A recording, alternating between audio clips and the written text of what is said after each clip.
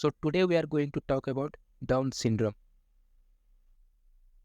If a fertilized egg has 3 copies of one of the chromosome, that is called trisomy. Remember, most trisomies are not compatible with life and leads to a miscarriage. However, there are couple of trisomy disorders where baby can potentially be carrier to term and sometimes survives after birth. The three main disorders for which that is the case are Down syndrome, it is a trisomy of 21st chromosome. Edwards syndrome, it is a trisomy of 18th chromosome. Patau syndrome, it is a trisomy of 13th chromosome. We'll talk about Edwards syndrome and Patau syndrome in another video. In this video, we'll focus on Down syndrome, which you are likely to be seen in clinical practice. Now let's talk about genetics behind Down syndrome. Why do babies with Down syndrome develop with 3 copies of chromosome 21? Well, the most common reason is a meiotic non-disjunction. When this happens, the baby receives 2 chromosomes from one parent and one from other. It is responsible for 95% of the cases. In 90% of the cases, the error is in meiosis 1.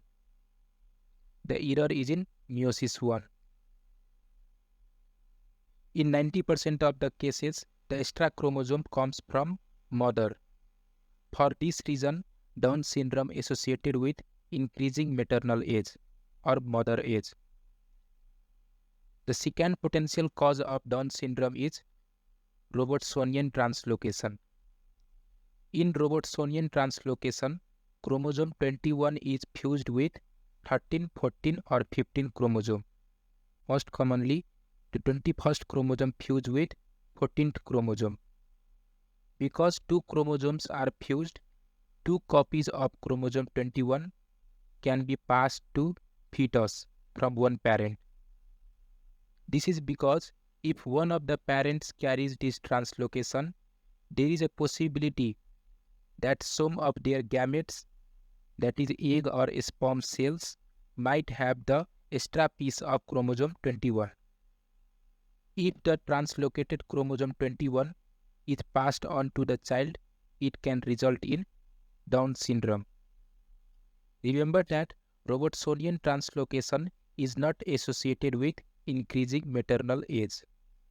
Unique things about Robertsonian translocation is that fused chromosome can be passed through families. That is, therefore, there is a recurrence risk for Down syndrome in the families. So what is the cause if there is a family with many members of Down syndrome? You should think about Robertsonian translocation, maybe the underlying cause of Down syndrome. Other rare cause is mitotic error. This is the error in mitosis, not in meiosis. In this situation, the egg is fertilized normally with 2 copies of chromosome 21. However, in early development, during mitosis, a cell develops which has 3 copies of chromosome 21, and it will continue to replicate, making more cells with 3 copies of chromosome 21. This results in somatic mosaicism. Mosaicism is when some cells have different number of copies of chromosome compared to other. This situation can show mild feature of Down syndrome. This is also not associated with increasing maternal age. So the 3 genetics behind Down syndrome is meiotic non-disjunction, Robertsonian translocation, somatic mosaicism. The most common cause is meiotic non-disjunction. Clinical features of Down syndrome. Down syndrome is most common live-born chromosomal abnormality. The word live-born is important because Among fertilized eggs in which there is a miscarriage, there are many other chromosomal abnormalities which can be found. Down syndrome is also most common form of intellectual disability. Other key features of Down syndrome, which we will go through on the next few slides, which includes dysmorphic features, abnormal feature of face and extremities, congenital malformation of hot GI tract. People with Down syndrome develop early Alzheimer's disease and also increased risks of malignancy. You should be aware that clinical phenotype of Down syndrome is highly variable, that is ranging from mild to severe. Talking about the dysmorphic features of Down syndrome, children with Down syndrome are often described as having a flat facial profile. Look at this picture. The baby face looks flat relative to normal. In addition, they have a flat nasal bridge. This is the nasal bridge. This is the portion of nose between eyes. Also have low set small folded ears. Short neck. They described as brachycephaly. This is the posterior skull being flat. Brachycephaly means posterior skull being flat. You can see this in this picture. Posterior skull is flat. So the other dysmorphic features of Down syndrome are prominent epicanthal folds. So the epicanthal folds are a skin of upper eyelid that covers the inner corner of the eye or inner portion of eye. Also, the children with Down syndrome, the palpebral fissures are upslanting. The palpebral fissures are separation between upper and inner eyelids. Normally they are horizontals. This slanting line normally horizontal. However, in Down syndrome, the outer corner is higher than inner corner. Hence, they are upslanting. Cross field spots are another finding of eye in Down syndrome.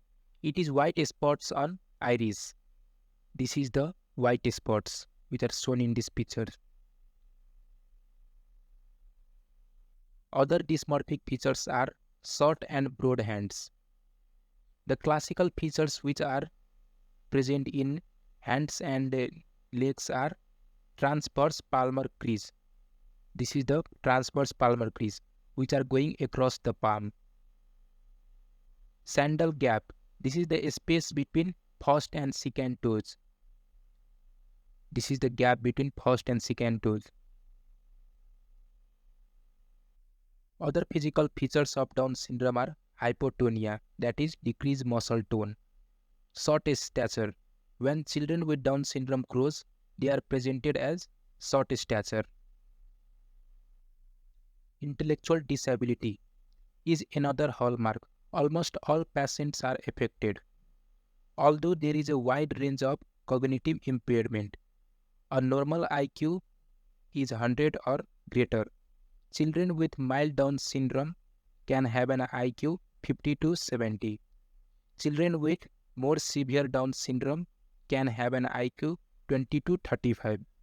These obviously have a big effect on the type of services these children needs when they grow up. Congenital heart disease occurs in 50% of patients who have Down syndrome. Most commonly, these are defects that result from abnormal formation of endocardial cushion. The endocardial cushions form atrioventricular septum, that is septum between atrium and ventricle. It also forms base of interatrial septum and also forms upper interventricular septum. So due to defect in endocardial cushion, it shows defects like atrial septal defect, ventricular septal defect, which show holosystolic murmur. This is atrial septal defect, this is ventricular septal defect. Gastrointestinal abnormality occur in 5% of patients who have Down syndrome. The most common gastrointestinal abnormality in Down syndrome is duodenal atresia or stenosis. And the other abnormality is Hirschsprung disease. Most patients with Down syndrome will eventually develop Alzheimer's disease. It occurs earlier in patients with Down syndrome. The average age of onset of Alzheimer's in Down syndrome in 50s. Amyloid precursor protein is very important pathologic element of Alzheimer's disease that found on chromosome 21. And patients with Down syndrome have 3 copies of chromosome 21. Amyloid precursor protein breaks down to form beta amyloid and amyloid plaques. Plaques are pathologic elements of Alzheimer's disease. Amyloid plaques form in Alzheimer's disease. This is important pathologic elements in Alzheimer's disease. Children with Down syndrome have increased risks of malignancy, that is, especially leukemia, that is acute lymphoblastic leukemia. Risks of acute lymphoblastic leukemia increases 10 to 20 times higher in Down syndrome. Acute myeloid leukemia, M7 subtype. The risks of acute myeloid leukemia, M7 subtype, increases in Down syndrome. I will finish this module by talking about prenatal screening. In other words, ways to screen pregnant women for the possibility that their baby may be suffering from Down syndrome. The definitive test. The definitive test is just to obtain a sample of fetal cells and do a fetal karyotype, which means determining the number of chromosomes in baby. The problem with this screening test is that it is invasive and carries risks. So you only want to do it when there is high probability that baby may have Down syndrome. There are 2 ways a fetal karyotype is normally done. Chorionic villus sampling. One way is chorionic villus sampling. This requires taking the sample of the placental tissue. The another way is amniocentesis, which involves inserting a needle into amniotic cavity and taking a sample of fluid which contains some cell from the baby. So when you do a karyotype, you create a karyogram, which is a picture of chromosome from one of the cells. This is a karyogram from a baby of Down syndrome. You can see that 21st chromosome is abnormal. 3 copies of 21st chromosome is present, that is trisomy of 21st chromosome. So because karyotyping requires an invasive test, there are several non-invasive tests which are usually done to determine the likelihood that baby may have Down syndrome. And only in those cases where likelihood is high, the non-invasive test followed up with a karyotype. The 2 non-invasive tests commonly used are ultrasound of baby and maternal blood or serum testing. In the first trimester, there are several findings on fetal ultrasound that are suggestive of Down syndrome. The first one is a small poorly formed nasal bones. The second finding is nuchal translucency. This is the fluid under the back of neck. This black space represents the nuchal translucency. This is the fluid under the back of the neck. This black portion denotes the fluid under the back of the neck. In addition to fetal ultrasound, there are several pregnancy-associated substances whose levels can be measured in maternal blood. In first trimester, the two substances level can be measured to screen Down syndrome are the levels of pregnancy-associated plasma protein A, PAP-A, and another one is free or total beta-HCG. PAP-A is a glycoprotein produced by placenta. If the levels of PAP-A is lower than normal in pregnancy, it indicates the fetus is suffering from or suffered from Down syndrome. Free or total beta-HCG. It is the hormone produced by placenta. If the level of this free or total beta-HCG is higher than normal, then it indicates the fetus is suffering from Down syndrome. In the second trimester, there are 4 substances that can be measured in maternal blood to screen for Down syndrome.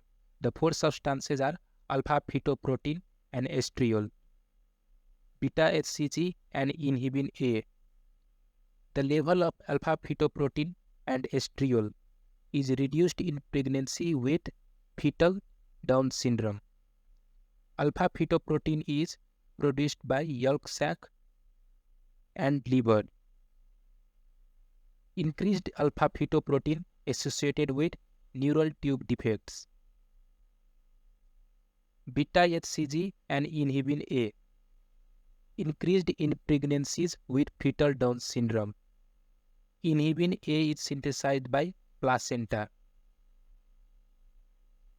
In triple screening test, we check for alpha-fetoprotein, estriol, and beta-HCG. In quad screening test, we check for alpha-fetoprotein, estriol, beta-HCG, and also inhibin A.